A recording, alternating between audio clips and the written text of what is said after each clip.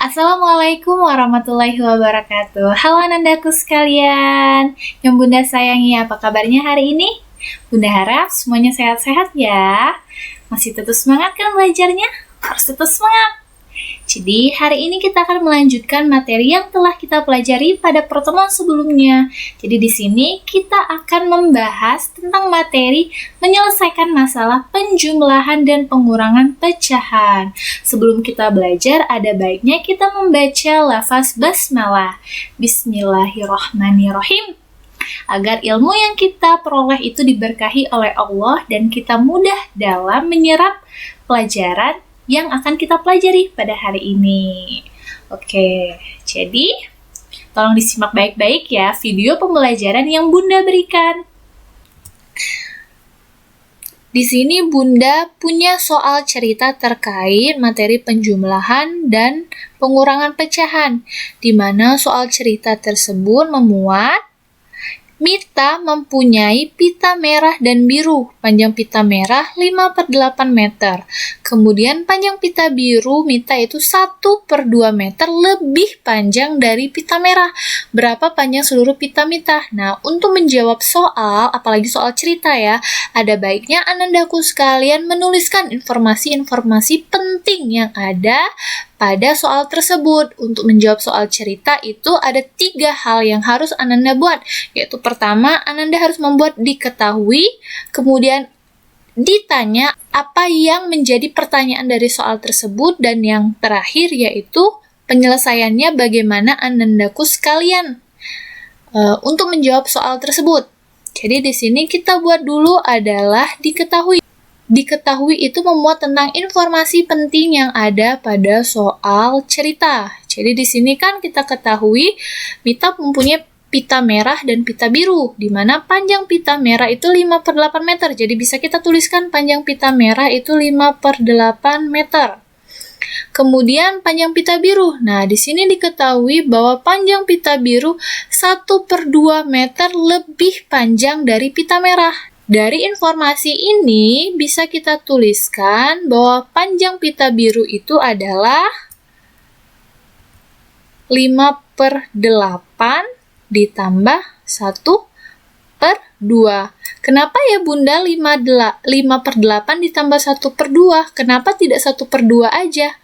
Karena di sini informasinya kan panjang pita biru yang dimiliki Mita 1/2 meter lebih panjang dari pita merah. Jadi di sini pengukurannya itu dibandingkan dengan pita merah. Jadi pengukurannya itu dari panjang pita merah. Jadi pita merah ditambah dengan 1/2. Kecuali kalau cuman ada informasi panjang pita biru milik Mita 1/2 meter tanpa ada kalimat lebih panjang dari pita merah. Bisa kita tuliskan hanya 1/2. Karena panjang pita biru itu 1/2 meter lebih panjang dari pita merah. Oleh sebab itu, panjang pita merah itu kita jumlahkan dengan pecahan 1/2.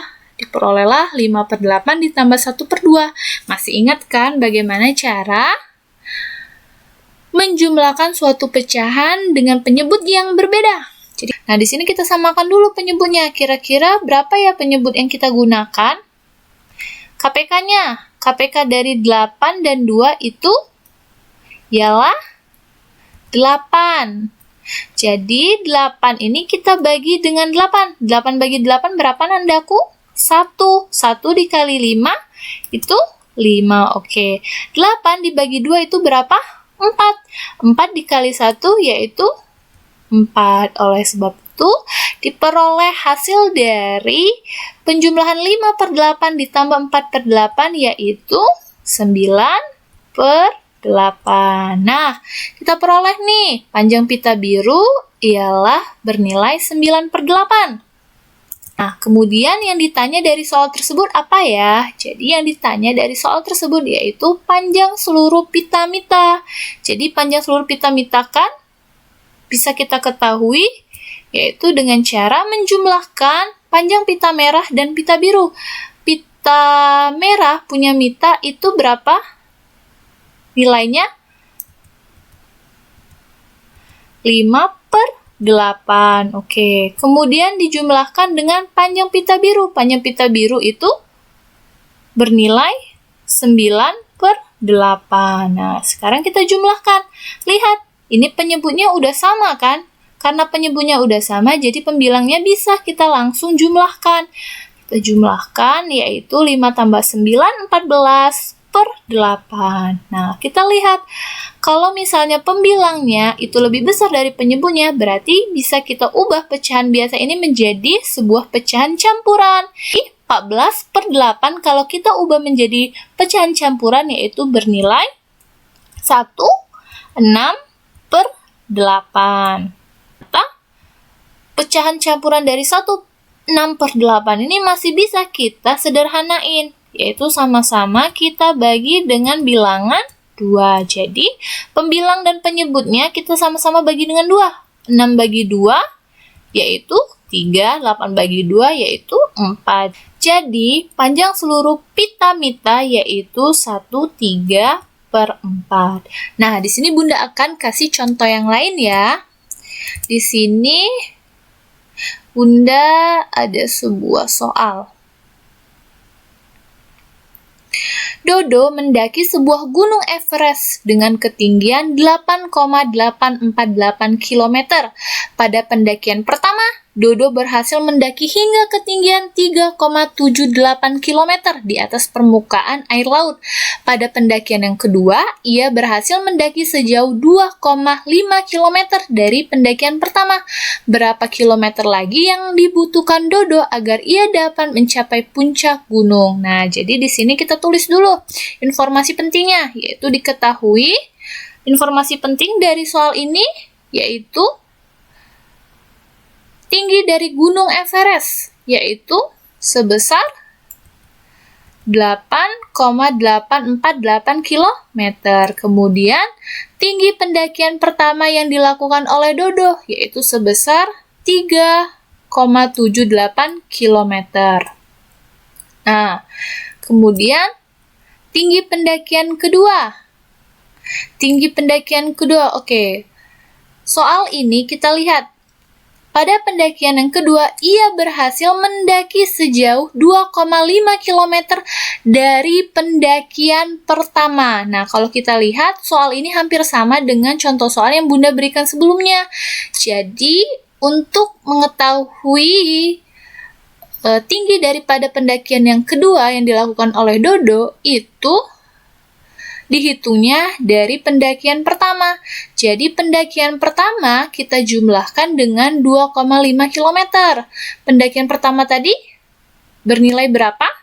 3,78 ya. Jadi 3,78 km ditambah dengan 2,5 km sehingga dapat kita peroleh tinggi pendakian kedua yang dilakukan oleh Dodo. Masih ingat kan Anandaku bagaimana cara menjumlahkan pecahan desimal? Nah, di sini Bunda akan mengingatkan kembali kepada Anandaku bagaimana cara menjumlahkan pecahan desimal. Jadi, kita tulis 3,78 itu dijumlahkan dengan 2,5. Ingat, kalau misalnya pecahan desimal itu, pertama kita harus meletakkan bilangan satuan dengan satuan, puluhan dengan puluhan, ratusan dengan ratusan. Jadi harus sejajar ya. Kemudian komanya juga harus sejajar. Jadi di sini kita jumlahkan. 8 ini turun. Kemudian 7 ditambah 5 berapa? 12. Jadi bisa kita tulis satuannya 2. Kemudian puluhannya kita simpan 1 di atas 3 ini. Jadi 1 tambah 3 tambah 2. Itu berapa? 6. Sebelum itu, kita tuliskan dulu komanya. Komanya tuh harus sejajar ya penulisannya dengan bilangan yang kita jumlahkan. Jadi kita tulis komanya di sini. Kemudian tadi hasil dari penjumlahan 1 tambah 3 tambah 2 yaitu adalah 6. Jadi bisa kita peroleh hasil penjumlahan dari pecahan desimal 3,78 ditambah 2,5 yaitu 6,28. Nah, di sini jadi tadi kan sudah kita peroleh bahwa hasil penjumlahan 3,78 ditambah 2,5 yaitu 6,28 km. Karena selanjutnya yang ditanya dari soal itu adalah ketinggian yang tersisa untuk mencapai puncak. Untuk memperoleh ketinggian yang tersisa untuk mencapai puncak bisa kita peroleh dengan mengurangkan tinggi Gunung Everest dengan tinggi pendakian kedua yang dilakukan oleh Dodo. Jadi, tinggi Gunung Everest itu berapa nilainya? 8,848 km dikurang dengan tinggi pendakian kedua yaitu 6,28 km.